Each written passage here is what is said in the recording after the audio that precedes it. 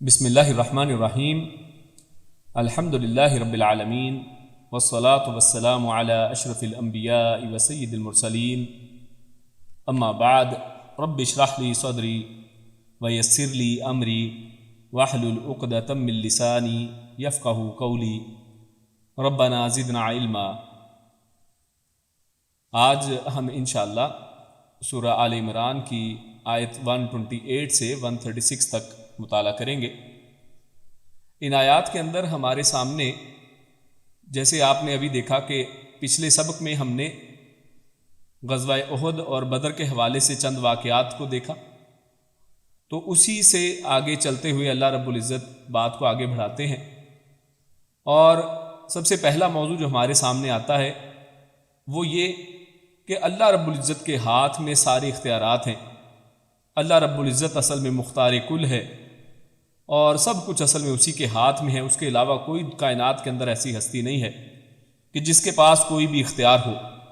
سب فیصلے اللہ رب العزت ہی کرنے والے ہیں۔ اور پھر اسی جہاد کے ضمن میں اللہ رب العزت نے سود کا ذکر کیا ہے کہ جو لوگ سود کھانے والے ہیں وہ جہاد کس طرح کریں گے، یعنی جن کے دل اس طرح بخل سے بھرے ہوئے ہیں تو جہاد ان کے لیے بڑی ہی مشکل چیز ہے۔ اور آگے چلتے ہوئے پھر اللہ رب العزت نے اسی سود کے ضمن میں بات کی کہ سود کے معاملے میں ہمیں چاہیے کہ اللہ اور اس کے رسول کی اطاعت کریں، اور اس کے اوپر اپنی لاجک اور اپنی عقل کو پیچھے چھوڑیں، اور اگر ہم اللہ اور اس کے رسول کی اطاعت کریں گے تو اللہ رب العزت یقیناً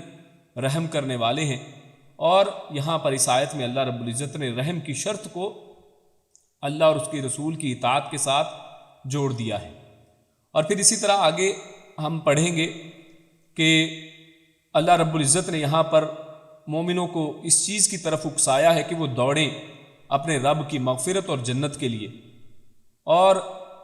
اگر کسی وجہ سے گناہ ہو جائیں تو ان گناہوں پر نادم ہوں اور توبہ کریں تو اللہ رب العزت ان کی توبہ قبول کرنے والا ہے۔ تو سب سے پہلے اپنے ٹاپک کی طرف چلتے ہیں، جس میں اللہ رب العزت نے بیان فرمایا ہے کہ کس طرح سے اللہ رب العزت ہی وہ ذات ہے کہ جو ہر طرح کے تصرف اور ہر طرح کا اختیار رکھنے والی ہے، اور اس کے علاوہ کسی کو بھی اختیار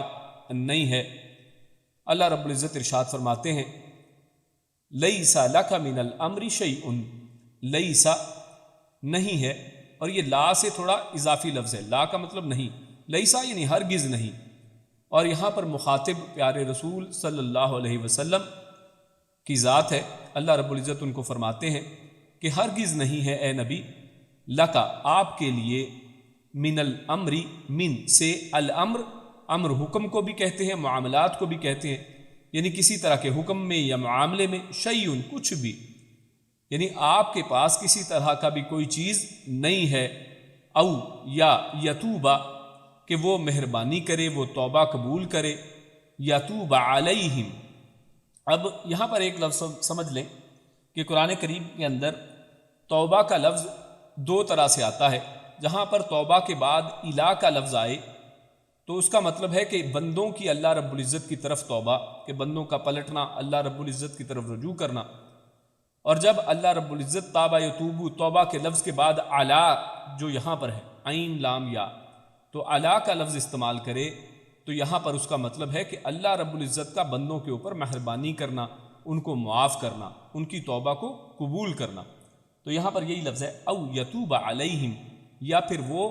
لوگوں کی توبہ کو قبول کرے، یا وہ ان کی توبہ کو قبول فرمائے، یعنی ان پر مہربانی فرمائے، او یعذبہم، یا پھر ان کو عذاب دے، فإنہم، فا تو پس لہذا، انہم بے شک وہ سب، ظالمون ظلم کرنے والے ہیں۔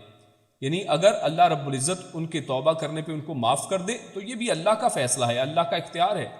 کہ اللہ رب العزت چاہے تو انہیں معاف کر دے، اور ورنہ وہ ظالم ہیں، اور اگر وہ توبہ نہیں کرتے ہیں تو اللہ کو اختیار ہے کہ اللہ رب العزت ان کو عذاب دے۔ وَلِلَّهِ مَا فِي السَّمَاوَاتِ وَمَا فِي الْأَرْضِ، اسی موضوع کو اور واضح کرنے کے لیے اللہ رب العزت نے آگے فرمایا وا، اور للہ اللہ ہی کے لیے ہے، ما فی السماواتی، ما جو یا جو کچھ، فی السماواتی آسمانوں کے اندر ہے، یعنی آسمانوں میں جو کچھ بھی ہے وہ کس کا ہے؟ اللہ ہی کا ہے۔ وما فی الارض، و اور ما جو فی الارض جو زمین میں ہے، یعنی اللہ رب العزت نے اوپر جو بات کی ہے اس کے اوپر دلیل بناتے ہوئے اللہ رب العزت فرماتے ہیں کہ کیوں نہ اللہ رب العزت کو ہر چیز کا اختیار ہو، کہ جب کہ ہر چیز جو ہے زمین و آسمان کے اندر جو کچھ بھی ہے وہ سب اللہ ہی کا ہے، تو لہٰذا اس کے اوپر اختیار بھی اسی کا ہے۔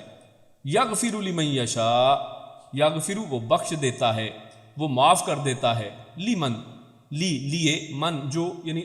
اس کے لیے جو، یشاء وہ چاہتا ہے، یعنی جس کو وہ چاہتا ہے وہ معاف کر دیتا ہے،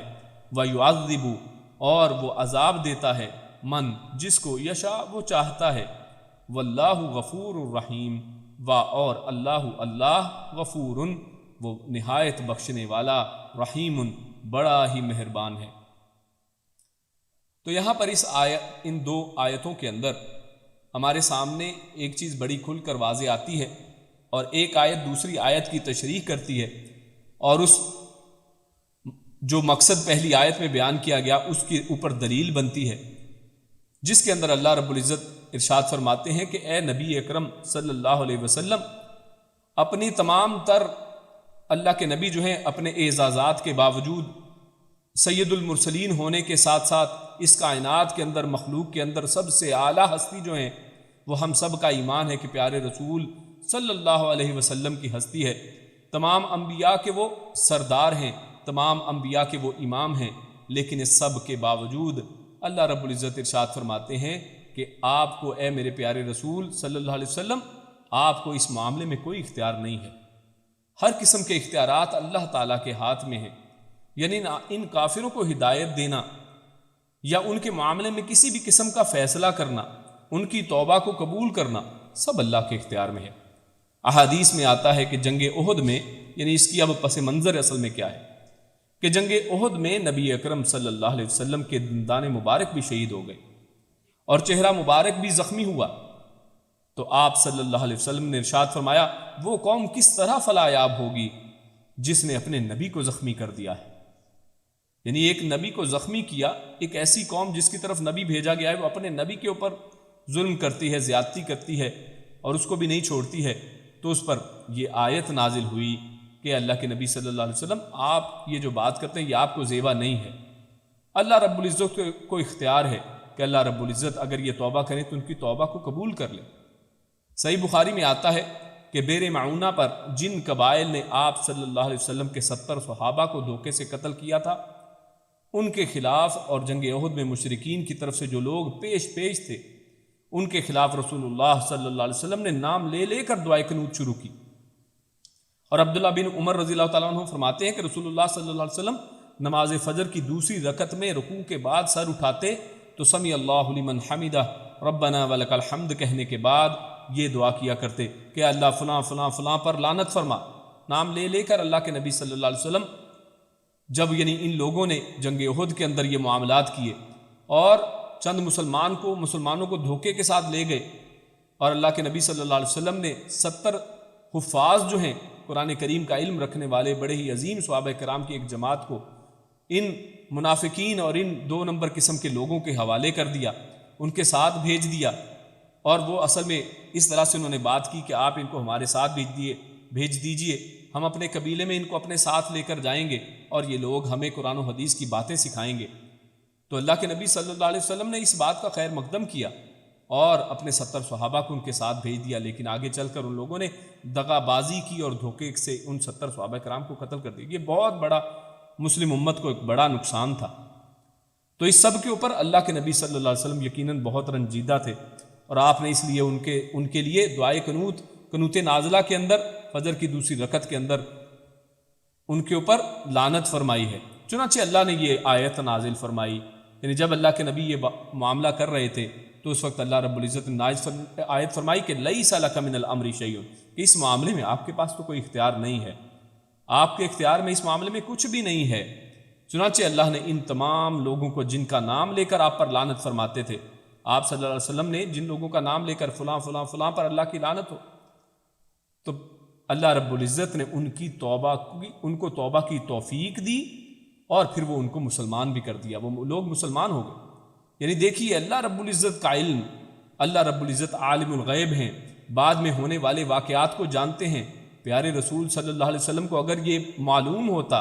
کہ یہ لوگ چند دنوں کے بعد توبہ ان کو نصیب ہو جائے گی اور یہ لوگ ایمان لے آئیں گے تو اللہ کے نبی صلی اللہ علیہ وسلم ان کے لیے کبھی لعنت نہ کرتے۔ اور اسی طرح اللہ کے نبی صلی اللہ علیہ وسلم کو غیب کا علم ہوتا تو اللہ کے پیارے رسول صلی اللہ علیہ وسلم اپنے 70 صحابہ کو ان لوگوں کے حوالے نہ کرتے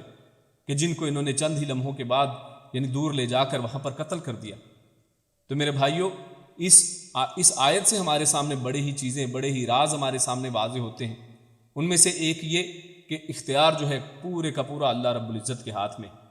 دوسری چیز یہ کہ پیارے رسول صلی اللہ علیہ وسلم عالم الغیب نہیں ہیں۔ اگر ان کو غیب کا علم تھا تو پھر اس سارے کی ذمہ داری اللہ کے نبی پر آ کر پڑتی ہے، جو ایک بڑی جسارت کی بات ہے۔ اگر کوئی بندہ یہ کہہ لے کہ اللہ کے نبی کو معلوم بھی تھا کہ ان صحابہ کو آگے چند تھوڑی دیر کے بعد قتل کر دیا جائے گا، پھر بھی ان کے ساتھ بھیج دیا، اور ان کو معلوم تھا، حالانکہ یہ نبی تو وہ نبی ہیں کہ جن کے بارے میں اللہ کا قرآن خود کہتا ہے کہ یہ تو امت کے تمام اپنی امت کے لیے، ان کے ایمان کے لیے گڑ گڑاتے رہتے ہیں، رو رو کر دعائیں مانگنے والے ہیں، لیکن اس کے باوجود انہوں نے ان لوگوں کے لیے لعنت فرمائی، ان کے لیے بد دعا کی ہے، جبکہ اس کے بعد اللہ رب العزت نے اپنا اختیار رکھتے ہوئے اللہ رب العزت نے ان لوگوں کو توبہ کی توفیق بھی عطا فرمائی اور وہ لوگ مسلمان ہو گئے۔ اس سے معلوم ہوا کہ مختار کل اور عالم الغیب ذات صرف اللہ وحدہ لا شریک اللہ ہی ہے۔ اس آیت سے ان لوگوں کو عبرت پکڑنی چاہیے جو نبی کریم صلی اللہ علیہ وسلم کو مختار کل قرار دیتے ہیں۔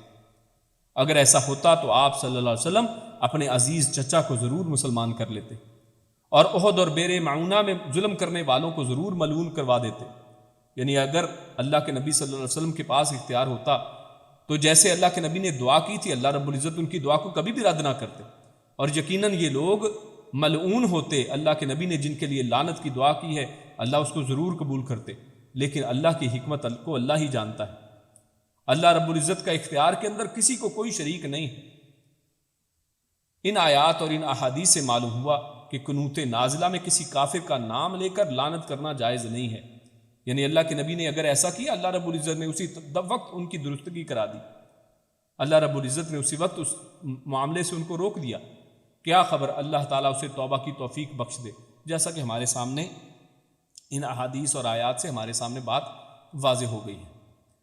اسے آگے چلتے ہیں تو اگلا موضوع جو ہے وہ اللہ رب العزت نے ان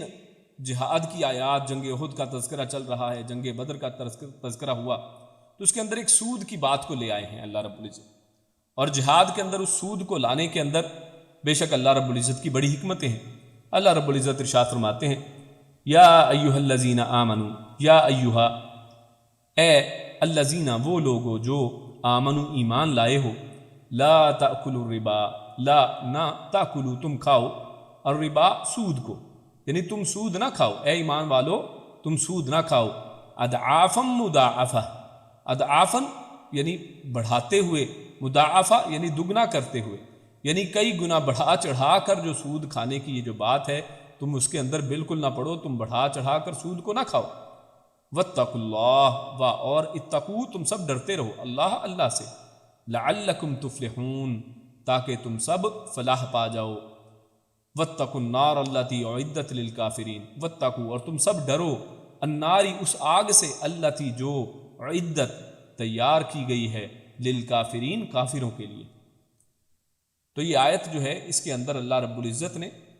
سود کا ذکر فرمایا ہے۔ یہاں پر سوال پیدا ہوتا ہے کہ سود کا ذکر یہاں جنگ احد کے تذکرے میں کرنے کی کیا حکمت ہے؟ چونکہ غزوہ احد میں ناکامی، رسول اللہ صلی اللہ علیہ وسلم کی نافرمانی اور مال دنیا کے لالچ کے سبب ہوئی تھی۔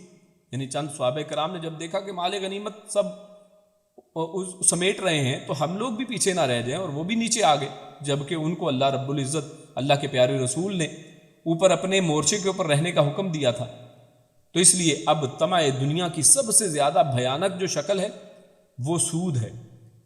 یعنی سود جو ہے اللہ رب العزت نے، یعنی دنیا کا طمع اگر دیکھنا ہو تو اس میں سب سے بھیانک جو شکل ہمارے سامنے آتی ہے وہ سود کی آتی ہے، کہ ایک شخص جو ہے پیسہ دیتا ہے اور بڑھا چڑھا کر اس بندے سے واپس لیتا ہے، جبکہ کوئی شخص قرض کیوں لیتا ہے؟ ایک شخص جب کسی حالت، مجبوری کی حالت میں ہے، اس کو ضرورت ہے تو وہ شخص قرض کی طرف جاتا ہے۔ تو ایسے مقروض شخص کی طرف، ایسے بیچارے شخص کی طرف کہ جو بیچارہ حاجت کی حالت میں ہے، تو اس کے اوپر یہ سود کو لگا دینا، اس سے بڑھا چڑھا کر منافع کمانا، یہ ایک بہت ہی بری چیز ہے اور یہ بہت بڑا بخل ہے۔ تو لہٰذا اس جگہ پر یعنی جو شخص یہ بخل کرتا ہے تو وہ شخص جہاد کیا کرے گا؟ در حقیقت سود کھانے سے نامردی اور بزدلی آتی ہے۔ سود کھانے سے ایک چیز جو انسان کے اندر پیدا ہوتی ہے وہ کیا کہ انسان جو ہے بہادر نہیں رہتا، اس کے اندر سے حوصلہ کم پڑ جاتا ہے، وہ بزدل ہو جاتا ہے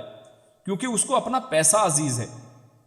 اور ایک یہ کہ مال حرام کھانے سے توفیق اطاعت کم ہو جاتی ہے، یعنی جب کوئی شخص حرام کا مال کھائے گا تو بہت سی روایات، بہت سی احادیث ہمارے سامنے ہے کہ جس شخص کے جسم میں حرام کا مال ہے، حرام کا کپڑا ہے، حرام کا کھانا ہے، تو اس شخص کی اللہ رب العزت دعا ہی قبول نہیں کرتے ہیں، جبکہ دعا وہ عبادت ہے۔ تو عبادت کی توفیق اس شخص سے چھن جاتی ہے، اطاعت کی توفیق اس شخص سے چھن جاتی ہے جو شخص سود کے کاروبار یا حرام کے اندر پڑتا ہے۔ اور جہاد یہ تو ایک بہت بڑی اطاعت ہے، ایک بہت بڑی عبادت ہے۔ اور دوسرے یہ کہ سود لینا کمال بخل ہے، یعنی اگر بخل کی ایکسٹریم دیکھنی ہو تو وہ آپ سود کی شکل میں دیکھ سکتے ہیں۔ انسان کو چاہیے کہ اپنا مال جتنا قرض دیا تھا اتنا ہی واپس لیتا، جس سے کسی کا کام نکل جاتا اور مدد ہو جاتی، لیکن سود لینے والا شخص مجبور کو بھی مفت نہیں چھوڑتا، یعنی اس کے اوپر بھی یہ کرتا ہے کہ اس سے بھی کچھ نہ کچھ نچوڑ لو، اور اس کا جو ڈبل ٹرپل جو ہے وہ بدلہ چاہتا ہے۔ تو جس کو مال پر اتنا بخل ہو وہ جان کب دینا چاہے گا؟ یعنی اس شخص سے جان دینے کی امید رکھے۔ اگر وہ شخص یہ دعویٰ کرتا ہے کہ میں جناب جہاد میں حصہ لوں گا، تو ایسا شخص جھوٹا ہے، وہ کس طرح سے جہاد میں حصہ لے سکتا ہے جب وہ ایک پائی نہیں چھوڑتا ہے، جب وہ لوگوں کی مدد نہیں کرنا چاہتا ہے۔ اور اللہ رب العزت، ہم سورہ بقرہ میں پڑھ آئے ہیں کہ اللہ رب العزت تو یہ کہتے ہیں کہ آپ صدقہ کریں، آپ خیرات کریں، اللہ کے راستے میں مفت میں دیں، یعنی جس قرض تو یہ ہے کہ آپ نے کچھ دیا اور پھر واپس بھی لینا ہے۔ اللہ رب العزت تو اس سے بھی بڑھ کے بات کرتے ہیں کہ آپ لوگوں کی ویسے ہی مدد کریں جس میں واپسی کا کوئی چانس ہی نہیں ہے، جس میں صرف اللہ کی رضا کی خاطر آپ خرچ کرتے ہیں۔ تو پھر قرض جب آپ نے دیا ہے تو اس کو اللہ کے لیے اس کو چھوڑ دیں۔ اور ہم نے احادیث پڑھی تھی کہ اللہ کے نبی صلی اللہ علیہ وسلم نے ارشاد فرمایا کہ اگر کوئی شخص قرض کی مدت جو تھی اس وقت تک قرض دیتا ہے اور اس مدت کے اندر اس آدمی سے پوچھتا نہیں ہے، بار بار اس سے اپنے قرض کو واپس لوٹانے کا جو ہے وہ سوال نہیں کرتا ہے، تو اللہ رب العزت جتنی اس نے رقم قرض کے لیے دی ہے، ہر روز اس کے بدلے اس کو صدقے کا ثواب دیتے ہیں۔ کتنا بڑا اجر ہے۔ اور اگر وہ مدت گزر جائے اور اس کے بعد بھی وہ شخص اس کو مہلت دیتا ہے تو ہر دن کے بدلے دگنا، یعنی جتنا اس شخص نے اس کو قرض دیا ہے ہر دن کے بدلے اس کو دگنا صدقے کا ثواب ملتا ہے۔ تو بہت بڑی یہ بات ہے۔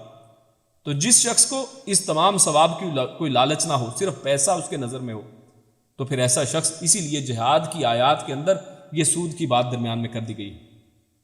اور اسی ضمن میں ایک اور بات یہ کہ انصار کے یہود کے ساتھ، یعنی اس زمانے کا ایک جائزہ لیں تو مدینہ کے اندر انصار رہتے تھے، ساتھ یہودی وغیرہ بھی تھے، تو انصار کے یہود کے ساتھ سودی لین دین کے تعلقات تھے۔ اور احد میں منافقین یہود کی وجہ سے نقصان پہنچا تھا، یعنی ہم نے پڑھا تھا پچھلے درس کے اندر کہ کچھ منافقین، 300 سے زیادہ منافقین جو ہیں وہ راستے میں ہی چھوڑ کر واپس چلے گئے، ان کی وجہ سے ایک بڑا نقصان ہوا، کئی لوگوں کے، مسلمانوں کے حوصلے پست ہوئے، گویا اس کو حرام قرار دے کر ان تعلقات کو ختم کر دیا گیا کہ ایسا سود کا لین دین کرنے والوں کے ساتھ آپ کو تعلق نہیں رکھنا ہے۔ اور اسی طرح ہم پہلے تفصیل کے ساتھ پڑھ آئے ہیں، یہاں پر صرف 2-4 لائنوں کے اندر سود کی حرمت کے حوالے سے دوبارہ اس کا اعادہ کرتے ہیں، اس کو ایک ریوائز کر لیتے ہیں، دہرا لیتے ہیں کہ اللہ رب العزت قرآن کریم کے اندر ارشاد فرماتے ہیں، یا ایھا الذین آمنوا اتقوا اللہ وذروا ما بقی من الربا ان کنتم مؤمنین فإن لم تفعلوا فأذنوا بحرب من اللہ ورسولہ وإن تبتم فلکم رؤوس اموالکم لا تظلمون ولا تظلمون۔ اللہ رب العزت سورہ بقرہ آیت نمبر 278 اور 79 میں ارشاد فرماتے ہیں کہ مومنو، خدا سے ڈرو، اور اگر ایمان رکھتے ہو تو جتنا سود باقی رہ گیا ہے اس کو چھوڑ دو، یعنی جو پہلے گزر چکا وہ تو چلو گزر چکا، ابھی جتنا سود باقی ہے اب اس کو چھوڑ دو، اب اس کا مطالبہ نہ کرو، اور اگر ایسا نہ کرو گے تو خبردار ہو جاؤ، یعنی اگر تم سود لینے پہ تم جمے رہو گے کہ ضرور ہم سود لے کے چھوڑیں گے، تو تم خبردار ہو جاؤ کہ خدا اور رسول سے جنگ کرنے کے لیے تیار ہوتے ہو، اور اگر توبہ کر لو گے اور سود چھوڑ دو گے تو تم کو اپنی اصل رقم لینے کا حق ہے، یعنی اللہ رب العزت نے ظلم نہیں کیا، اللہ نے کہا کہ آپ اپنی اصل رقم واپس لے لیں، اس میں کوئی حرج نہیں ہے، جس میں نہ اوروں کا نقصان ہے اور نہ تمہارا نقصان ہے۔ تو اللہ رب العزت نے بڑے انصاف کی بات کی ہے۔ جابر بن عبداللہ رضی اللہ عنہما سے روایت ہے، فرماتے ہیں لعن رسول اللہ صلی اللہ علیہ وسلم آکل الربا ومؤکلہ وکاتبہ وشاہدیہ وقال ہم سواء۔ یہ حدیث بھی بڑی ہی عظیم حدیث ہے، اس کو سمجھیے۔ اللہ کے نبی صلی اللہ علیہ وسلم ارشاد فرماتے ہیں، کیونکہ آج ہمارے بہت سے لوگوں کے دماغ میں، دلوں میں یہ ہے کہ جناب سود لینے والا گناہ گار ہوگا، میں تو مجبور ہوں، میں نے تو مجبوری کی حالت میں قرض لیا ہے اور سود دینا پڑ رہا ہے، تو مجھے شاید کوئی گناہ نہیں ہے، تو وہ تو جو لے رہا ہے اس کو گناہ ہوگا۔ تو میرے بھائیو ایسی بات بھی نہیں ہے۔ اللہ رب العزت کے پیارے رسول فرماتے ہیں کہ رسول اللہ نے فرمایا سود کھانے والے، کھلانے والے، یعنی جو سود کھاتا ہے، یعنی جو سود لے رہا ہے، سود کی رقم وصول کر رہا ہے، کھلانے والا یعنی جو مقروض ہے، جس نے قرض لیا ہے اور اب سود کی رقم ادا کر رہا ہے، پھر لکھنے والا یعنی جو اس سب کی کتابت کرتا ہے، اس سب کے ایگریمنٹ بناتا ہے، ان سود والی پارٹیز کے درمیان میں وہ کام کرتا ہے، یعنی ایک جاب کرتا ہے، اس طرح کی نوکریاں کرتا ہے، اور اس کے دونوں گواہ، یعنی گواہوں کو بھی یہاں پر نہیں چھوڑا گیا ہے، اور اس کے دونوں گواہ جو اس ڈیل کے اوپر گواہ بنتے ہیں، ان سب پر لعنت فرمائی ہے اللہ کے رسول نے۔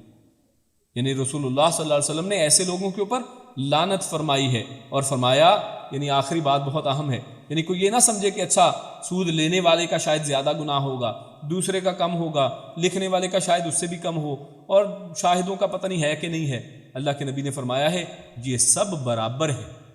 یعنی یہ سب جو ہیں اس گناہ کے اندر، اس سود کے لین دین کے معاملے کے اندر سب کو ایک جیسا جو ہے گناہ ملنے والا ہے۔ اللہ رب العزت ہمیں اس بڑی اور خبیث بیماری سے محفوظ رکھے۔ اور اس کے بعد اللہ رب العزت نے ارشاد فرمایا اضعاف مضاعفہ۔ تو یہ اضعاف مضاعفہ کیا ہے؟ ہم لوگ سب اس کو جانتے ہیں، صرف مختصراً اس کو دیکھتے ہیں کہ اللہ رب العزت کا کہ بڑھا چڑھا کر سود نہ لو۔ تو اس سے اصل میں بعض لوگ ایک غلط فہمی کا شکار ہوئے ہیں، جو درست نہیں ہے اس آیت کا یہ مفہوم لینا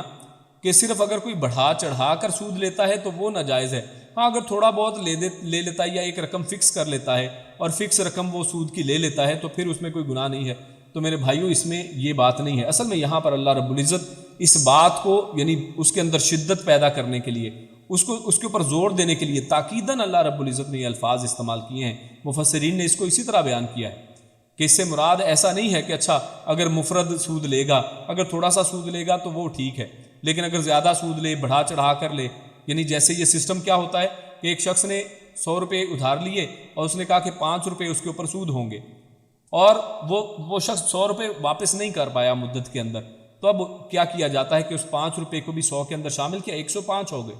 اور اگلی جو مدت ہے اس کے اندر یہ لکھا گیا کہ اب اس 105 کے اوپر سود کو کیلکولیٹ کریں گے۔ تو اس طرح بڑھتا چلا جاتا ہے سود، اور حتیٰ کہ بعض اوقات وہ اصل مال سے بھی بڑھ جاتا ہے۔ تو اللہ رب العزت نے اس تمام صورتوں کی یہاں پر نفی کی ہے اور اس تمام چیزوں سے یہاں پر روکا ہے۔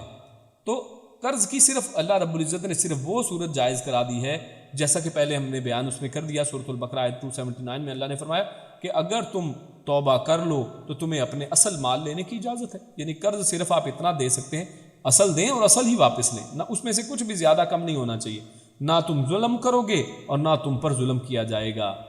یعنی آپ نے ظلم نہیں کیا سود لے کر، اور اسی طرح نہ ہی تم پر ظلم کیا جائے، یعنی ایسا بھی نہیں ہے کہ آپ نے کوئی 100 روپیہ دیا ہے اور آپ کو 90 روپے واپس مل رہے ہیں، آپ اپنا 100 روپیہ واپس لے لیں، اور اس لحاظ سے نہ آپ پر ظلم ہوگا نہ آپ کسی پر ظلم کریں گے۔ اور آخر میں اللہ نے فرمایا وَاتَّقُوا النَّارَ الَّتِي أُعِدَّتْ لِلْكَافِرِينَ۔ یہ بڑی اہم بات ہے۔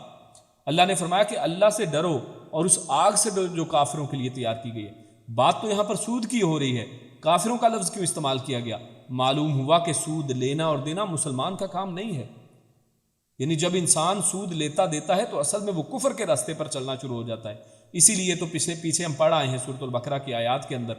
کہ اس کے اندر اللہ نے فرمایا کہ یہ اللہ اور اس کے رسول کے ساتھ جنگ ہے، اور اللہ اور اس کے رسول کے ساتھ جنگ کون کر سکتا ہے؟ کیا کوئی مومن اللہ اور اس کے رسول کے ساتھ جنگ کر سکتا ہے؟ تو لہٰذا یہاں پر یہ کافرین کا لفظ کہہ کر اللہ رب العزت نے اس کے اندر یہ بڑی شدت بیان کی ہے اور فرمایا ہے کہ ایسا معاملہ کوئی مسلمان نہیں کر سکتا ہے، لہٰذا ہم تمام مسلمانوں کو چاہیے کہ سود سے پرے ہو جائیں، اس سود سے باز آ جائیں۔ آگے اللہ رب العزت نے اللہ اور اس کے رسول کی اطاعت کا حکم دیا ہے، کیونکہ جب یہ سود کی بات پیچھے چل رہی ہے اور سود کے اندر آپ کو معلوم ہے کہ بہت سے لوگ اس کے اندر بات چیت کرتے ہیں، ڈھکوسلے اور بڑے ہیلے بہانے بنانے کی کوشش کرتے ہیں کہ ایسا ہے اور ویسا ہے، اور اللہ کی اطاعت کی بجائے اس کے اندر لاجک تلاش کرتے ہیں، بھئی کیوں سود حرام ہے جی؟ یہ بھی تو اللہ نے جیسے سورہ بقرہ میں ارشاد فرمایا تھا کہ وہ یہ کہتے ہیں کہ یہ سود بھی تو بزنسی کی طرح کی کوئی چیز ہے، یہ بھی تو بیع کی طرح ہے، یہ بھی تو لین دین ہی کی طرح ہے، تو یہ پھر حرام کیسے ہو گیا؟ تو اصل ایسی بات نہیں ہے، اللہ کی اطاعت کا حکم ہے، جیسے اللہ نے فرما دیا بس اسی کے اندر حکمت ہے، اس کے اندر اللہ رب العزت زیادہ جانتے ہیں اور اللہ رب العزت ہمارے لیے زیادہ بہتر سمجھتے ہیں۔ اس لیے اللہ رب العزت نے یہاں پر ارشاد فرمایا آگے کہ اللہ اور اس کے رسول کی اطاعت کرو، اور ساتھ آگے فرما دیا کہ تاکہ تم پر رحم کیا جائے، تو رحم کی شرط کو یہاں پر اللہ رب العزت نے بیان فرمایا۔ اللہ رب العزت ارشاد فرماتے ہیں وَأَطِيعُوا اللَّهَ وَالرَّسُولَ لَعَلَّكُمْ تُرْحَمُونَ، اور اطیعوا تم سب اطاعت کرو اللہ کی، والرسول اور رسول کی، لعلکم ترحمون تاکہ تم پر رحم کیا جائے، تاکہ تم پر رحم کیا جائے۔ تو رحم جو شخص چاہتا ہے کہ اس پر کیا جائے، اسے چاہیے کہ اللہ اور اس کے رسول کی اطاعت کرے۔ سود کھانا اور اللہ تعالیٰ کی رحمت کی امید رکھنا، یعنی سود کے بعد یہ دیکھیے اس کو لا کر کے اتنی بہترین اس کے اندر ضبط اللہ نے نظم پیدا کیا ہے۔ آپ دیکھیے کتنا بہترین یہاں پر اس آیت کا کیسا ریلیشن پچھلی آیت کے ساتھ ہے کہ ایک شخص سود کھاتا ہے اور دعائیں مانگتا ہے ہاتھ اٹھا اٹھا کر کے اللہ میرے پہ رحم فرما، اور جناب قیامت والے دن اللہ رب العزت ہمیں جنت عطا فرمائے، یعنی اللہ کی رحمت، جنت سے بڑی رحمت کیا ہو سکتی ہے؟ تو ایسا شخص جو ہے وہ کس طرح سے، یہ دو متضاد، دو اپوزٹ چیزیں ہیں کہ ایک طرف وہ سود بھی کھائے اور اللہ کی رحمت کی امید بھی رکھے، ایسا نہیں ہے۔ اسے اللہ اور اس کے رسول کی اطاعت کرنی پڑے گی، اسے اللہ اور اس کے رسول کے ساتھ جنگ کرنے سے باز آ کر اس کو اس اطاعت کے اندر آنا پڑے گا، سود کو چھوڑنا پڑے گا۔ آیت کے الفاظ یہاں پر عام ہیں، یعنی سود کے ساتھ تو ہم نے یہاں پر اس کے یعنی پس منظر کے حوالے سے پچھلی آیت کے حوالے سے بات کی ہے، لیکن یہاں پر اس آیت کے اندر الفاظ جو ہیں بڑے عام الفاظ ہیں، یعنی ہر طرح کی اطاعت، اللہ اور اس کے رسول کی ہر طرح کی اطاعت اس کے اندر شامل ہے۔ کسی بھی طرح کی نافرمانی جو ہے وہ پھر رحمت سے دوری کا سبب بن سکتی ہے، کہ اگر کوئی شخص رحمت کا امیدوار ہے تو اسے چاہیے کہ اللہ اور اس کے رسول کی اطاعت کرے۔ اور ایک یہ کہ قرآن کریم میں ہمیں حکم دیا گیا ہے کہ ہم اللہ تعالیٰ کی اطاعت کریں، اور اس کے ساتھ یہ بھی حکم ہے کہ اس کے رسول کی بھی اطاعت کریں، یعنی اللہ تعالیٰ اور اس کے رسول دونوں ہمارے لیے مستقلاً مطاع ہیں۔ اور یہ بات یہاں پر ہم نے کیوں کی ہے؟ وہ اس لیے کہ بہت سے لوگ جو ہیں آج وہ صرف قرآن کریم کی بات کرتے ہیں، وہ کہتے ہیں اللہ رب العزت جو فرمایا وہ بات ہم کریں گے، رسول کی بات کو ہم دیکھیں گے، اور یہ تو ظنی ہے، اور حدیث کو وہ اہمیت نہیں دیتے، حدیث کو وہ مقام و مرتبہ نہیں دیتے ہیں، جبکہ اللہ رب العزت نے اس آیت کے اندر اطاعت کا لفظ جو ہے اللہ اور اس کے رسول کے ساتھ استعمال کیا، یعنی اطاعت جس طرح اللہ کی ضروری ہے اسی طرح اطاعت رسول کی بھی ضروری ہے۔ اس لیے ہم پر جس طرح اللہ کے احکام کی بجا آوری ضروری ہے، اسی طرح جناب نبی اکرم سید المرسلین خاتم النبیین محمد مصطفیٰ صلی اللہ علیہ وسلم کے احکام کی بجا آوری بھی ضروری ہے، کیونکہ جس طرح اللہ تعالیٰ نے قرآن کریم میں ہمیں بہت سے کاموں کا حکم دیا ہے، ان کے ساتھ جناب نبی اکرم صلی اللہ علیہ وسلم نے بھی ہمیں بہت سے احکامات دیے ہیں۔ یعنی جیسے اگر نماز ہی کو لے لیجئے تو نماز کی بے شمار آیات قرآن کریم کے اندر ملیں گی کہ نماز پڑھنے کا حکم اللہ رب العزت نے دیا ہے، اس کو وقت پر پڑھنے کا حکم دیا ہے، لیکن وہ نماز کس طرح سے پڑھی جائے، وہ وقت کون سے ہیں، ان سب کو آپ قرآن کریم کے اندر سے نہیں جان سکتے ہیں۔ نماز کے اندر کتنی رکعتیں ہوں گی، اس کو آپ قرآن کریم کے اندر سے نہیں جان سکتے ہیں، اور ان رکعت کے اندر کس طرح سے ان رکعتوں کو کیسے ادا کرنا ہے، ان میں کیا کیا پڑھنا ہے، ان سب کے لیے ہمیں اطاعت رسول صلی اللہ علیہ وسلم کے اندر آنا ہی پڑے گا۔ چنانچہ دین اللہ اور رسول دونوں کے احکام کی پیروی کا نام ہے، اور جب تک دونوں کی اطاعت نہیں ہوگی دین مکمل نہیں ہوگا۔ اور یہاں پر منکرین حدیث جو ہے ان کا بھی رد اللہ رب العزت نے فرمایا ہے، لہٰذا اس میں منکرین حدیث کا بھی رد ہے جو صرف قرآن کو ذریعہ رشد و ہدایت مانتے ہیں اور احادیث رسول کو وہ رد کرتے ہیں، اور ان لوگوں کا بھی یہاں پر رد ہے جو تخفیف حدیث کے مرتکب ہیں۔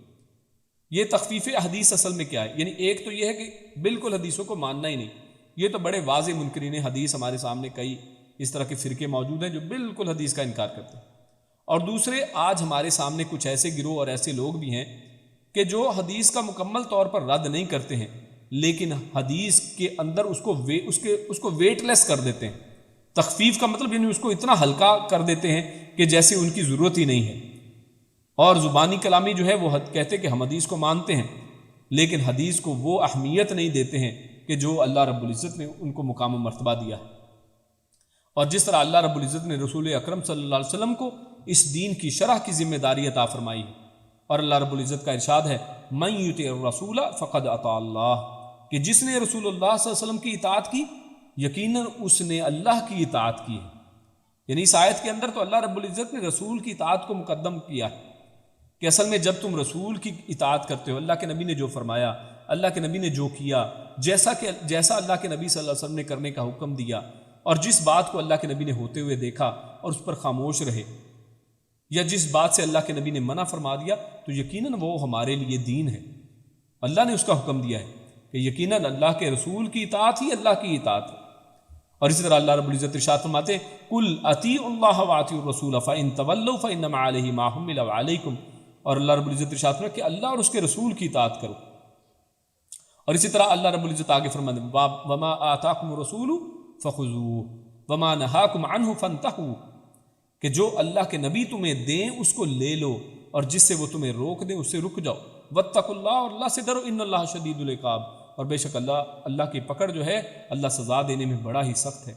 اسی طرح اللہ فرماتا ہے قل ان کنتم تحبون اللہ فاتبعونی،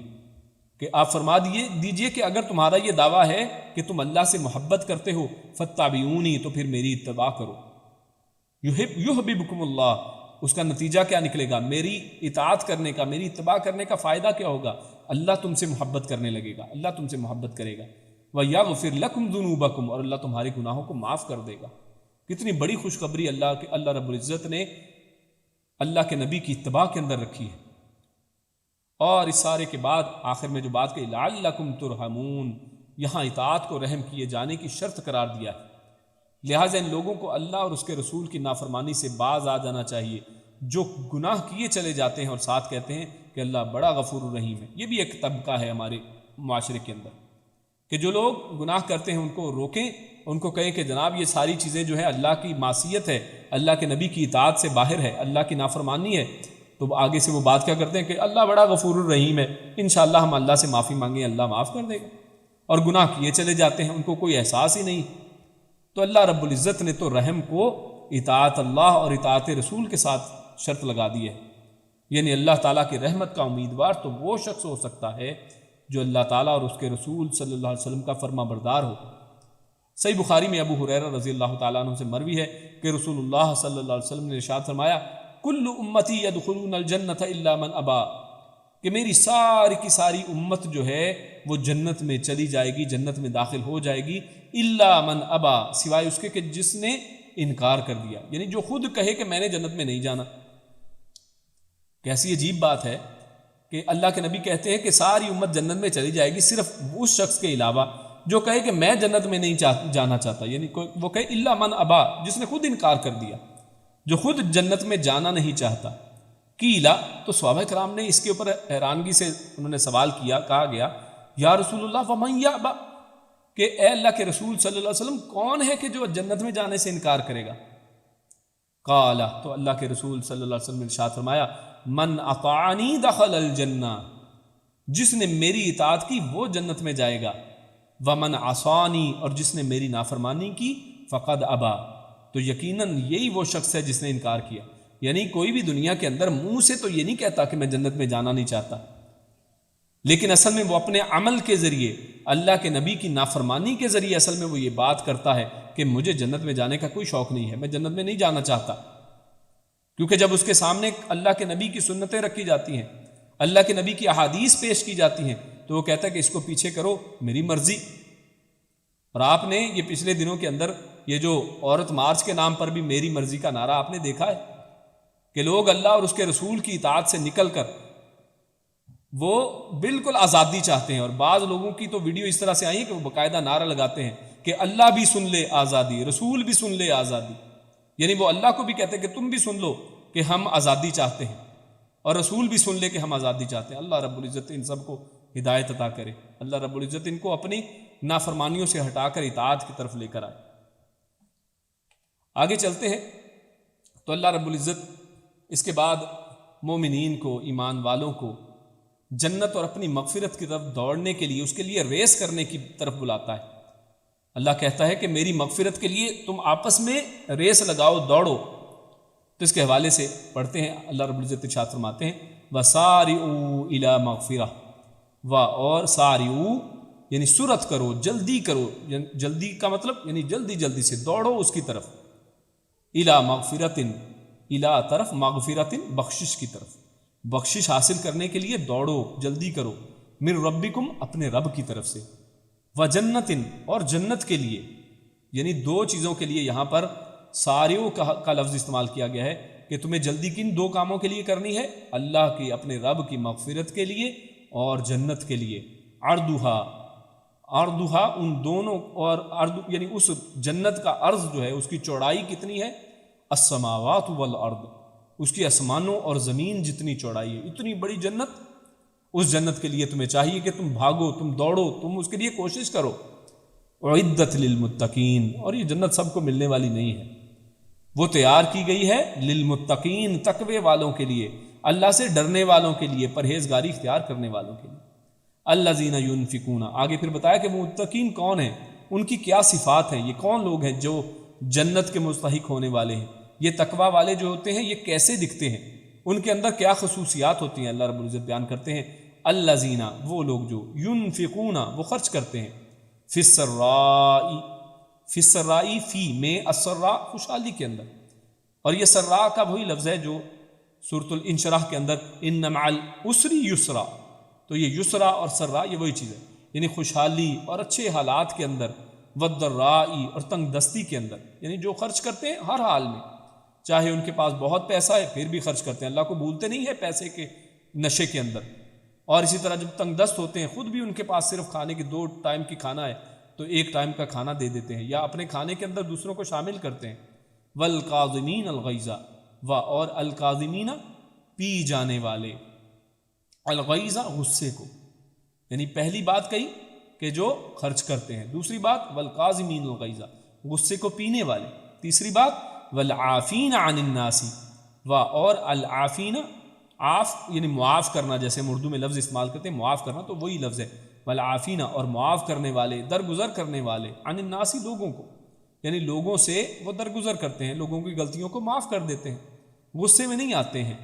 واللہ یحب المحسنین، اور اللہ یحب وہ پسند کرتا ہے، محبت رکھتا ہے، المحسنین احسان کرنے والوں سے، اور احسان کا لفظ حسن سے ہے، خوبصورتی سے ہے، یعنی بہترین اعمال کرنے والے، نیکی کرنے والے، اچھے کام کرنے والے، احسان کرنے والے۔ بلکہ ایک حدیث میں تو احسان کو اللہ کے نبی صلی اللہ علیہ وسلم نے فرمایا کہ احسان تو یہ ہے کہ انسان جو ہے اللہ کی عبادت اس طرح سے کرے کہ جیسے وہ اللہ کو دیکھ رہا ہے، اور اگر یہ تو ممکن نہیں تو پھر ایسے تو اس طرح سے عبادت کرے کہ جیسے اللہ اس کو دیکھ رہا۔ تو اللہ رب العزت فرماتے ہیں کہ اللہ رب العزت محبت کرتے ہیں، پسند کرتے ہیں احسان کرنے والوں کو۔ تو ان 2 آیات کے اندر اللہ رب العزت نے سب سے پہلے تو مغفرت اور اپنی جنت کی طرف دوڑ لگانے اور اس کے لیے جلدی کرنے کی اللہ رب العزت نے مومنوں کو ہدایت فرمائی ہے۔ اہل ایمان کو ان اعمال صالحہ کی طرف جلدی کرنی چاہیے جو اللہ کی مغفرت کا حصول، جنت کا سبب بنتے ہیں۔ رسول اللہ صلی اللہ علیہ وسلم نے ارشاد فرمایا کہ نیک اعمال سر انجام دینے میں جلدی کرو، نیک اعمال کرنے میں جلدی کرو، ایسے فتنوں کے آنے سے پہلے پہلے جو اندھیری رات کے مختلف ٹکڑوں کی طرح ایک کے بعد دوسرے رونما ہوں گے۔ اندھیری رات میں آپ نے غور کیا کہ کیا ایسا ہوتا ہے کہ اندھیری رات ایک دم بہت زیادہ روشن ہو جائے اور پھر بہت زیادہ پھر اندھیری ہو جائے؟ ایسا نہیں ہے، رات جب اندھیری آتی ہے تو پھر اندھیری ہی رہتی ہے، یعنی مطلب کہ اس طرح کی اندھیری آ جائے جب پھر اس کے بعد تمہیں راستہ میسر نہ آئے، اس کے بعد تم کوئی کام کرنے کے قابل نہ رہو، اس سے پہلے پہلے ایسے فتنوں کے آنے سے پہلے پہلے نیکی کے کام کر لو، اس کو کل پہ نہ ڈالو۔ صبح کو آدمی، اور وہ فتنوں کا دور کیسا ہوگا کہ صبح کو آدمی مومن ہوگا اور شام کو کافر ہوگا، اور شام کو مومن ہوگا اور صبح کو کافر، وہ اپنے دین کو دنیا کے معمولی سامان کے عوض بیچ دے گا۔ اللہ رب العزت ہمیں اس سے محفوظ کرے۔ اور دوسرا، اس آیت کے اندر ایک اور بات ہمارے سامنے آتی ہے، اور کچھ ایسے لوگوں کا رد آتا ہے کہ جو لوگ یہ کہتے ہیں کہ جنت کی خاطر جو ہے ہم کوئی عمل نہیں کرتے ہیں، یعنی وہ جیسے آپ نے ایک معروف واقعہ سنا ہوگا، رابعہ بصری کے ساتھ منسوب ایک واقعہ ہے کہ جناب وہ پانی لے کے جا رہی ہے اور ایک ہاتھ میں آگ اس نے پکڑ رکھی ہے اور کہتی ہے کہ جی آگ کے ساتھ میں جنت کو جلا دوں اور پانی کے ساتھ میں جو دوزخ کو بجھا دوں کہ یہ لوگ جو ہے جنت کی خاطر عمل کرتے ہیں اور یہ لوگ دوزخ سے بچنے کی خاطر عمل کرتے ہیں۔ تو میرے بھائیو، یہ ساری فلسفی اور یہ ساری جو ہے اپنے سے بنائی ہوئی چیزوں کو ہمیں چھوڑنا ہے۔ ہم نے پچھلی آیت میں پڑھا ہے کہ اللہ اور اس کے رسول کی اطاعت کرنی ہے، اور اس آیت کے اندر اللہ رب العزت خود فرما رہے ہیں کہ تم مغفرت کے لیے دوڑو اور جنت کے لیے دوڑو۔ تو لہٰذا اس کے اندر کوئی عیب، کوئی حرج کی بات نہیں ہے کہ انسان اللہ کی جنتوں کو پانے کے لیے، اللہ کی رضا کو حاصل کرنے، اور جنت ہی تو وہ مقام ہے کہ جس کے اندر اللہ رب العزت نے اپنا دیدار نصیب فرمانا ہے۔ تو کوئی شخص جنت کی تمنا کیوں نہ کرے، جنت کے لیے وہ کوشش کیوں نہ کرے کہ جو ہمارے ساری اس دنیا کے کیے کرے کا بدلہ ہے۔ تو ہمیں چاہیے کہ اللہ رب العزت کی رضا کے ساتھ ساتھ اللہ رب العزت نے جو ہمیں جن چیزوں کے لیے جلدی کرنے، جن چیزوں کے لیے کوشش کرنے کا حکم دیا ہے، تو ہم ان کے لیے کوشش یقیناً کریں۔ وَجَنَّةٍ عَرْضُهَا السَّمَاوَاتُ، اور آگے اللہ نے فرمایا کہ وہ جنت کہ جس کی چوڑائی، یعنی اس کا اللہ نے حیت بیان کی ہے کہ اتنی بڑی جنت ہے کہ جو آسمان و زمین کے برابر ہے۔ یعنی جس طرح سود خور کافر کے لیے دوزخ تیار کی گئی، پچھلی آیت میں ہم نے پڑھا، اسی طرح فرمان بردار متقی کے لیے اللہ رب العزت نے جنت تیار کی ہے۔ اور پھر جنت کے متعلق یعنی اس کی وسعت بیان کی کہ اتنی بڑی جنت، یعنی کوئی شخص اس کے لیے یہ نہیں کہہ سکتا ہے کہ ہاں مجھے پتہ نہیں اس میں حصہ ملے گا کہ نہیں، میرے لیے کچھ بچے گا کہ نہیں۔ وہ بہت بڑی جنت ہے۔ اللہ کے نبی صلی اللہ علیہ وسلم سے تو ایک حدیث مروی ہے کہ جس میں آخری جنتی کے بارے میں آتا ہے کہ آخری جنتی کو جو جنت دی جائے گی وہ اس زمین کے، یعنی اس جو زمین جس کے اوپر ہم رہتے ہیں، اس کی 5 زمینوں کے برابر بڑی ہوگی۔ یعنی اللہ رب العزت کے پاس سارے خزانے ہیں، اللہ رب العزت تمام چیزوں کے اوپر قادر ہے۔ تو اللہ رب العزت سے یقیناً جتنا بڑا رب ہے اس سے اتنی ہی زیادہ امید ہمیں رکھنی ہے۔ الذین ینفقون، لیکن یہ سب ہر ایک کو ملنے والا نہیں ہے۔ اس کے اوپر اللہ رب العزت فرماتے ہیں یہ ان لوگوں کے لیے ہے کہ جو کیا کیا کام کرتے ہیں۔ پہلی بات کی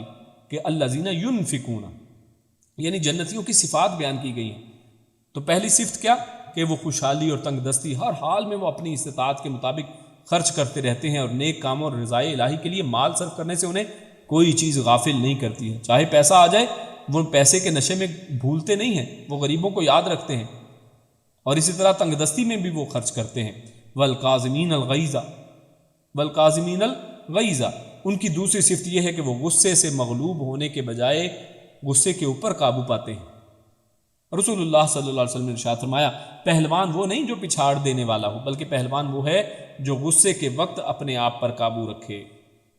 اور اسے بخاری نے روایت کیا۔ اور اسی طرح ابو ہریرہ رضی اللہ تعالیٰ عنہ بیان کرتے ہیں کہ ایک آدمی نے آپ صلی اللہ علیہ وسلم سے عرض کی کہ مجھے وصیت فرمائیے۔ آپ صلی اللہ علیہ وسلم نے ارشاد فرمایا لا تغضب، یعنی غصہ نہ کر، غصہ مت کرو۔ اس نے کئی دفعہ بار بار پوچھا کہ آپ مجھے نصیحت فرمائیے، آپ نے ہر دفعہ یہی بات فرمائی لا تغضب، یعنی غصہ مت کر۔ یعنی اسے ایک بہت بڑا فارمولہ بتا دیا کہ تمہارے لیے سب سے بڑی وصیت کی بات یہی ہے کہ غصہ نہیں کرنا، کیونکہ غصہ جو ہے انسان کو اس کے ہوش و حواس گم ہو جاتے ہیں۔ آپ نے اس دنیا کا مطالعہ کیا، دنیا کو دیکھتے رہتے ہیں کہ کتنے لوگ غصے کے عالم میں اپنے بیوی بچوں کو قتل کر دیتے ہیں، خودکشی کر لیتے ہیں، اور بڑے یعنی حدود سے تجاوز انسان غصے کے اندر وہ اپنے آپے کے اوپر قابو نہیں پا سکتا۔ اسی لیے اللہ کے نبی نے بار بار اس بندے کو یہی کہا کہ تو غصہ نہ کرنا۔ اسی طرح ابن عمر رضی اللہ تعالیٰ عنہ سے روایت ہے کہ رسول اللہ صلی اللہ علیہ وسلم نے ارشاد فرمایا کہ اللہ تعالیٰ کے نزدیک سب سے زیادہ اجر والا گھونٹ، یہاں پر یہ دیکھیے کیا بات کی، والکاظمین الغیظ، یعنی غصے کو پینے والے، تو پینے کا لفظ استعمال کیا ہے۔ تو ابن عمر جو ہے اسی کے حوالے سے بات کرتے ہیں کہ اللہ کے نزدیک سب سے زیادہ اجر والا گھونٹ جو انسان پیتا ہے وہ غصے کا گھونٹ ہے، یعنی غصے کو پی جانا، غصے کے عالم میں اپنے آپ کو کنٹرول میں رکھنا، یہ بہت ضروری ہے۔ اور جو آدمی اللہ کے چہرے کی طلب میں پی لیتا ہے، یعنی سب سے بہترین گھونٹ وہی ہے جو غصے میں انسان پیتا ہے، اور یہ اللہ کے چہرے کی طلب میں پیتا ہے کہ اللہ رب العزت مجھے اپنے چہرے کا دیدار نصیب فرمائیں گے۔ اور اسی طرح آخر میں فرمایا والعافین عن الناس، تیسری جو صفت جنتیوں کی اللہ نے بیان فرمائی ہے وہ یہ کہ یہ دراصل یعنی عافین عن الناس، وہ لوگوں کو معاف کرنے والے ہیں، اور لوگوں کو معاف کرنا یہ غصے کے اوپر قابو پانے کا ایک نتیجہ ہے۔ انسان جب غصے کے اوپر قابو پا لیتا ہے تو یقیناً وہ اس کے بعد اس کا تقاضا یہ ہے کہ وہ لوگوں کو معاف بھی کرے، یعنی ایسا نہیں کہ وقتی طور پہ تو اس نے اپنے غصے کو قابو کنٹرول کر لیا، لیکن اس کے بعد اس نے اپنے دل کے اندر ایک گرج رکھی ہے، ایک نفرت ایسے لوگوں کے لیے اور اپنے بھائیوں کے لیے بغض رکھا ہے۔ ایسی بات نہیں، بلکہ اس کو چاہیے کہ ان کو معاف کر دے۔ رسول اللہ صلی اللہ علیہ وسلم نے ارشاد فرمایا کہ 3 چیزوں پر میں قسم کھاتا ہوں، صدقہ سے مال کم نہیں ہوتا، اللہ تعالیٰ معاف کر دینے سے بندے کی عزت میں اضافہ ہی کرتا ہے، اور جو اللہ کے لیے نیچا ہوتا ہے اللہ اسے اونچا کر دیتا ہے۔ یعنی 3 چیزوں کے پر اللہ کے نبی صلی اللہ علیہ وسلم کہتے ہیں کہ میں قسم کھاتا ہوں، صدقے سے مال کم نہیں ہوتا، اور اگر انسان معافی دے دے، اگر کوئی شخص معاف کر دے تو اس سے کوئی عزت میں کمی نہیں آتی بلکہ عزت میں اضافہ ہی ہوتا ہے، اور جو اللہ کے لیے نیچا ہوتا ہے، یعنی جس نے اللہ کی خاطر اپنے آپ کو نیچا کر لیا، اللہ اسے اونچا کر دیتے ہیں۔ تو اللہ کے ہاتھوں میں عزتیں تو اللہ کے ہاتھ میں، عزت ہمارے ہاتھ میں تھوڑی ہے۔ تو اللہ رب العزت سے دعا ہے کہ اللہ رب العزت ہمیں یہ باتیں سمجھنے کی اور اس پر عمل کرنے کی توفیق عطا فرمائے۔ آگے آخر میں اللہ رب العزت ارشاد فرماتے ہیں واللہ یحب المحسنین، یعنی ایسے اعمال جو ہیں، یعنی جن کا یہاں پر تذکرہ کیا گیا ہے، وہ کون سے 3 اعمال، ان کو دہرا لیں۔ پہلی چیز کہ ہم نے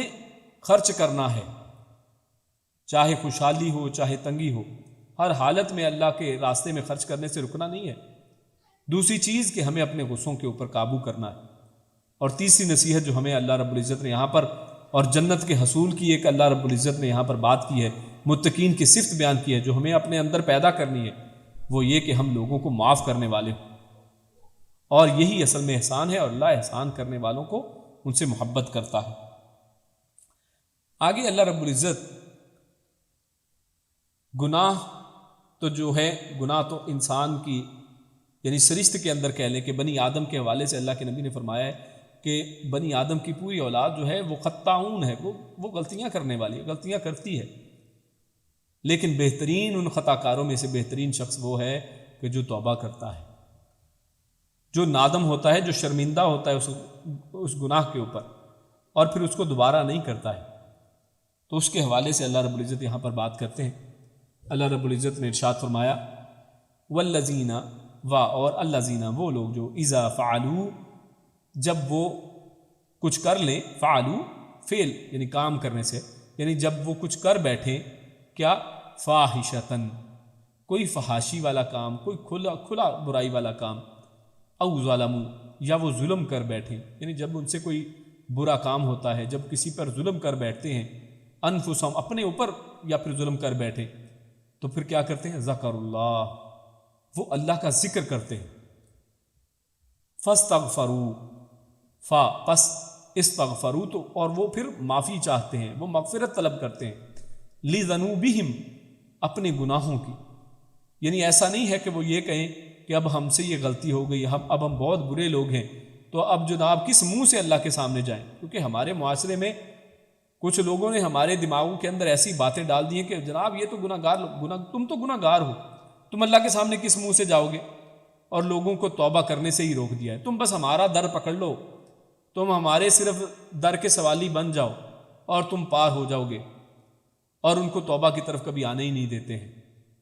بلکہ اللہ رب العزت کہتے ہیں کہ جب بھی تم سے، یعنی ہر انسان جو ہے وہ خطا کار ہو سکتا ہے، ہر انسان سے غلطی ہو سکتی ہے، لیکن جب بھی تم سے غلطی ہو جائے، جب بھی اپنے اوپر کچھ ظلم کر بیٹھو، جب بھی اپنے یعنی جو اللہ کے احکامات کو جب انسان نہیں مانتا ہے تو اپنے اوپر اصل میں ظلم کرتا ہے، اللہ کا کیا بگڑتا ہے، تو جب بھی ایسا ہو جائے، ذکر اللہ، اللہ کا ذکر کرو، اللہ کو یاد کرو، اللہ سے دور نہیں ہونا ہے بلکہ فوراً اللہ کی طرف رجوع کرنا ہے۔ یعنی جب ادفع باللتی ہی احسن، اللہ فرماتا ہے کہ جو برائی اگر ہو جائے تو اس کو احسن کے ساتھ دفع کرو، اس کو دور کرو۔ یعنی ایسا تھوڑا ہے کہ اگر کوئی کسی جگہ پر کچرا گر گیا، کوئی گندگی گر گئی، تو اب آپ اور گندگی وہیں پہ گراتے چلے جائیں، حتیٰ کہ وہ یعنی جیسے حدیث میں آتا ہے کہ ایک دل کے اوپر ایک سیاہ دھبا لگتا ہے، تو آپ کے اوپر لازم تھوڑا ہے کہ آپ اس کے اوپر اگلے دوسرا تیسرا دھبا لگاتے چلے جائیں، بلکہ ہمیں چاہیے کہ اس دھبے کو دھونے کی کوشش کریں، اور دھبا کیسے دھلے گا، وہ اللہ کے ذکر سے دھلے گا، ذکر اللہ، کہ وہ ذکر کرتے ہیں، اللہ کو یاد کرتے ہیں، فاستغفروا، وہ اللہ سے معافی چاہتے ہیں، لذنوبہم، اپنے گناہوں سے، ومن یغفر الذنوب الا اللہ، اور ومن، اور کون ہے، یغفر، جو معاف کر سکتا ہے،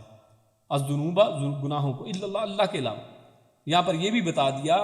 کہ اللہ کے علاوہ گناہوں کو کوئی اور معاف نہیں کر سکتا ہے، لہٰذا دوسروں کے دروں پہ جانے کی کوشش نہ کرو، ان کے اوپر جانے کا کوئی فائدہ نہیں ہے، کیونکہ گناہوں کی معافی تو اسی نے معاف کرنا ہے کہ جو گناہ معاف کرنے پر قادر ہے، اور وہ ذات صرف اللہ کی ہے۔ اللہ کے علاوہ کون ہے جو گناہوں کو معاف کر سکے؟ وَلَمْ يُصِرُّوا و اور لم نہیں یسروا وہ اصرار کرتے، یعنی اب بتایا جا رہا ہے کہ ایک تو وہ گناہوں سے معافی کرتے ہیں فوراً، جب بھی ان سے کوئی گناہ ہو جائے فوری طور پر گناہوں سے معافی طلب کرتے ہیں، اور دوسرا اس پر اصرار نہیں کرتے، یعنی بار بار وہ غلط کام نہیں دہراتے ہیں جان بوجھ کر کہ اچھا پھر میں ایک دفعہ کر لیتا ہوں پھر بعد میں معافی مانگ لوں گا، نہیں، اس کو جان بوجھ کر کبھی بھی دہراتے نہیں ہیں۔ وَلَمْ يُصِرُّوا اور نہیں وہ اصرار کرتے، علی اس پر، ما جو فعلوا جو وہ کر بیٹھے، جو انہوں نے کیا، وَهُمْ يَعْلَمُونَ اور ہم وہ یعلمون اور وہ جانتے ہوں، یعنی اگر انہوں نے جان بوجھ کے کچھ ایسا کیا تو پھر وہ اس کے اوپر اصرار نہیں کرتے ہیں، کبھی بھی دوبارہ نہیں کریں گے۔ اولئک یہی وہ لوگ ہیں، جزاؤہم ان کی جزا ہے، مغفرۃ بخشش، من ربہم ان کے رب کی طرف سے، یعنی رب ان کا گارنٹی دے رہا ہے کہ اگر تم ایسا کرو گے، اگر گناہوں سے معافی چاہو گے، اللہ کا ذکر کرو گے اور اس کو دوبارہ دہراؤ گے نہیں، تو پھر اللہ گارنٹی دیتا ہے کہ یہی وہ لوگ ہیں کہ جن کی جزا کیا ہے؟ مغفرت ہے، اللہ ان کو معاف کر دے گا، یہ ان کا بدلہ ہے، یقیناً اللہ معاف کرنے والا ہے۔ من ربہم ان کی رب کی طرف سے مغفرت، وجنات اور جنتیں، تجری بہتی ہوں گی، من تحتہا ان کے نیچے، الانہار نہریں، خالدین فیہا خالدین وہ ہمیشہ رہیں گے، فیہا ان کے اندر، ونعم اجر العاملین ونعم اور بہت ہی خوب ہے، بڑا ہی بہترین ہے، اجرو جو بدلہ ہے، العاملین عمل کرنے والوں، یعنی یہاں سے مراد عمل سے مراد اچھے عمل کرنے والے، اور یقیناً اچھے عمل کرنے والوں کا کیا ہی خوب بدلہ ہے۔ تو یہ آیت جو ہے ہمارے سامنے بڑی ہی واضح ہے کہ اگر بشری تقاضے کے تحت ان سے کسی گناہ کا ارتکاب ہو جاتا ہے، یہ پیچھے وہ جو جنت کی بات چل رہی تھی اسی کا آگے ہے کہ یہ لوگ جو جنت میں جانے والے ہیں، جنت کے حقدار لوگ کون ہیں، ان کے اندر وہ 3 خصوصیات جو ہم پڑھ آئے، اور اس کے بعد اگر وہ ان سے پھر بھی کوئی گناہ ہو جائے تو پھر کیا کرتے ہیں وہ، یعنی اگر بشری تقاضے سے کوئی گناہ ہو بھی جائے تو اس کو بار بار دہراتے نہیں ہیں، بلکہ اللہ کو یاد کر کے توبہ استغفار کرتے ہیں اور اللہ سے معافی مانگتے ہیں۔ نبی کریم صلی اللہ علیہ وسلم نے ارشاد فرمایا کہ ایک آدمی نے گناہ کیا تو کہا، اے میرے رب میں نے ایک گناہ کیا ہے، تو مجھے وہ بخش دے۔ تو اللہ رب العزت نے فرمایا، میرے بندے تو نے ایک گناہ کیا تو اس نے جان لیا کہ اس کا ایک رب ہے جو گناہ بخشتا ہے اور اس پر پکڑتا ہے، سو میں نے اپنے بندے کو بخش دیا۔ پھر اس نے ایک اور گناہ کیا اور کہا، اے میرے رب میں نے ایک اور گناہ کیا ہے تو اسے بخش دے۔ تو اللہ تعالیٰ نے فرمایا، میرے بندے نے جان لیا کہ اس کا ایک رب ہے جو گناہ بخشتا ہے اور اس پر پکڑتا ہے، یعنی اس کو ان دونوں باتوں کا علم ہے کہ وہ گناہوں سے بخشتا بھی ہے، کیوں وہ معافی مانگ رہے، دوسری چیز کی طرف اشارہ بڑا اہم ہے، اور وہ پکڑتا بھی ہے، یعنی میں اگر معافی نہیں مانگوں گا تو اللہ مجھے پکڑ سکتا ہے، یعنی وہ ہمارے لوگوں کی طرح نہیں ہے کہ جو آج ہم اپنے معاشرے میں دیکھتے ہیں کہ جو کہتے ہیں کہ بھی اللہ تعالیٰ نے تو معاف کاری دینا ہے، وہ اس اللہ رب العزت کی ایک دوسری صفت سے بالکل ناواقف ہیں کہ اللہ رب العزت کی پکڑ بڑی شدید ہے۔ ان بطش ربک لشدید، اللہ کی پکڑ بڑی شدید ہے، اللہ پکڑ بھی سکتا ہے۔ اس حدیث میں یہ بات مزید واضح ہوتی ہے کہ اس کو پتہ ہے کہ میرا ایک ایسا رب ہے کہ اگر میں اس گناہ کے اوپر میں نے اصرار کیا، اگر میں نے توبہ نہیں کی تو مجھے پکڑ سکتا ہے، اور اگر میں نے گناہ کے اوپر مغفرت یعنی گناہ سے توبہ کروں تو وہ مجھے بخشتا ہے۔ فرشتوں گواہ رہو کہ میں نے اپنے بندے کو بخش دیا۔ پھر بندہ رکا رہا، یعنی اس بندے نے اب وہ کام کرنا بند ہو گیا، جتنا اللہ نے چاہا۔ پھر اس نے ایک اور گناہ کیا تو کہا، اے میرے رب میں نے ایک اور گناہ کیا ہے تو اسے بخش دے۔ تو اللہ تعالیٰ نے فرمایا، میرے بندے نے جان لیا کہ اس کا ایک رب ہے جو گناہ بخشتا ہے اور اس پر پکڑتا ہے، فرشتوں گواہ رہو کہ میں نے اپنے بندے کو بخش دیا، سو وہ جو چاہے کرے۔ یعنی اللہ رب العزت کہتے ہیں کہ میں نے اس کو اصل میں جان لیا ہے، اصل میں اللہ رب العزت نے اس بندے کو سمجھ لیا ہے کہ اس کو پتہ ہے کہ میں گناہ کروں گا میں پکڑ میں آؤں گا، وہ ڈرتا رہتا ہے، گناہ سے پرہیز کرتا ہے، پھر بھی بشر ہے گناہ کر لیتا ہے، پھر بھی اس سے گناہ ہو جاتا ہے۔ یعنی انسان اگر سلپ ہو کر جان بوجھ کے نہیں، اگر وہ شیطان کے چکر میں آ کر کسی وجہ سے گناہ کر بیٹھے تو اللہ رب العزت بخشنے والے ہیں یقیناً، لیکن انسان کے دل کے اندر یہ ڈر اور خوف رہنا چاہیے کہ میرا رب جو ہے وہ پکڑنے والا ہے، اس کی پکڑ بڑی شدید ہے،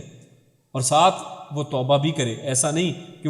وہ کہے کہ اچھا اب تو میں یعنی بہت بڑا، یعنی جیسے آپ کے سامنے وہ واقعہ آپ کے سامنے ہوگا کہ ایک شخص نے جس نے 99 قتل کیے تھے، جب اس کو یہ پتہ چلا کہ اللہ رب العزت بخشنے والا نہیں ہے تو اس نے کہا اچھا پھر میں 100 پورے کر لیتا ہوں۔ لیکن جب ایک عالم دین نے اس کو بتایا، ایک اللہ والے نے اس کو بتایا کہ اللہ رب العزت معاف کرنے والے ہیں، تو لہٰذا پھر اس نے توبہ کی، اور اس کی توبہ کو اللہ رب العزت نے کیسے قبول کیا آپ جانتے ہیں کہ اللہ رب العزت نے وہ جس شہر کی طرف، جس قصبے کی طرف جا رہا تھا کہ اگر وہ وہاں پہ اس کے قریب ہے تو پھر اس کو بخش دیا جائے، اس کو جنت کے فرشتے لے کر جائیں، وہ حالانکہ قریب نہیں تھا، اللہ رب العزت نے فاصلوں کو سمیٹ دیا، جو جہنم کے فاصلے تھے ان کو چھوٹا کر دیا، یعنی اور اس کو اس بستی کے قریب کر دیا تاکہ وہ جنت کا مستحق ہو جائے۔ اللہ رب العزت معاف کرنے والے ہیں، اللہ رب العزت توبہ کو قبول کرنے والے ہیں۔ اور اہم بات اس آیت کے اندر یہ بھی کہی کہ وَلَمْ يُصِرُّوا عَلَى مَا فَعَلُوا، اصرار کے معنی ہے اڑ جانا اور بے پرواہی سے گناہ کرتے جانا۔ پرواہی نہیں ہے کہ گناہ کر رہے ہیں، پرواہی نہیں ہے کہ کوئی رب ہے کہ وہ پکڑنے والا ہے، نہ ان پر ندامت کا اظہار کرنا اور نہ توبہ کرنا۔ ورنہ اگر کسی شخص سے سچے دل سے توبہ کرنے کے بعد گناہ سرزد ہو بھی جاتا ہے تو اسے اصرار نہیں کہتے، یعنی اصرار یہ نہیں ہے کہ بندہ دوبارہ گناہ کر لیا، دوبارہ گناہ کرنا اصرار نہیں ہے۔ اصل میں دوبارہ گناہ اس حال میں کرنا کہ انسان پریشان ہی نہ ہو، بے پرواہ ہو، گناہ کے اوپر اس کو شرمندگی ہی نہ ہو، اور وہ کہے کوئی بات ہی نہیں ہے، کون ہے جو پکڑے گا مجھے، تو ایسا شخص اور جان بوجھ کر اور یا پھر یہ سوچ کر گناہ کرے کہ اچھا میں گناہ کر لیتا ہوں بعد میں توبہ کر لوں گا، تو ایسا گناہ جو ہے اس کی توبہ بھی قبول نہیں ہوتی ہے۔ ہاں اگر غلطی سے ہو گیا تو اللہ رب العزت یقیناً غفور الرحیم ہے، جیسا کہ پچھلی حدیث میں ہم نے یہ پڑھ لیا۔ اور وَهُمْ يَعْلَمُونَ، یعنی کسی کام کے گناہ ہونے کا علم ہونے پر اس پر وہ اصرار نہیں کرتا ہے۔ تو اللہ رب العزت نے ان آیات کے اندر ہمارے سامنے جنت کے حالات اور اسی طرح سود خوروں کے حالات بیان کر دیے ہیں۔ اللہ رب العزت سے دعا ہے کہ اللہ رب العزت ہم سب کو اس راستے پر چلائے کہ جو راستہ جنت کا راستہ ہے، جو ہدی للمتقین، جو تقوی والوں کے لیے ہدایت والا راستہ ہے، اور جو راستہ جنت کی طرف جاتا ہے۔ اللہ رب العزت ہمیں انبیاء کا، شہداء کا، صالحین کا راستہ جو ہے اس پر چلنے کی توفیق عطا فرمائے، اور اللہ رب العزت ہمارے سب چھوٹے بڑے گناہوں کو ان کو بخش دے، اور اللہ رب العزت ہمیں سیدھے راستے کی توفیق عطا فرمائے۔ اللہ رب العزت نیک عمل اور اچھی سمجھ کی توفیق عطا فرمائے۔ سبحان ربک رب العزت عما یصفون وسلام علی المرسلین والحمد للہ رب العالمین۔ جزاکم اللہ خیرا وبارک اللہ فیکم۔ السلام علیکم ورحمۃ اللہ وبرکاتہ۔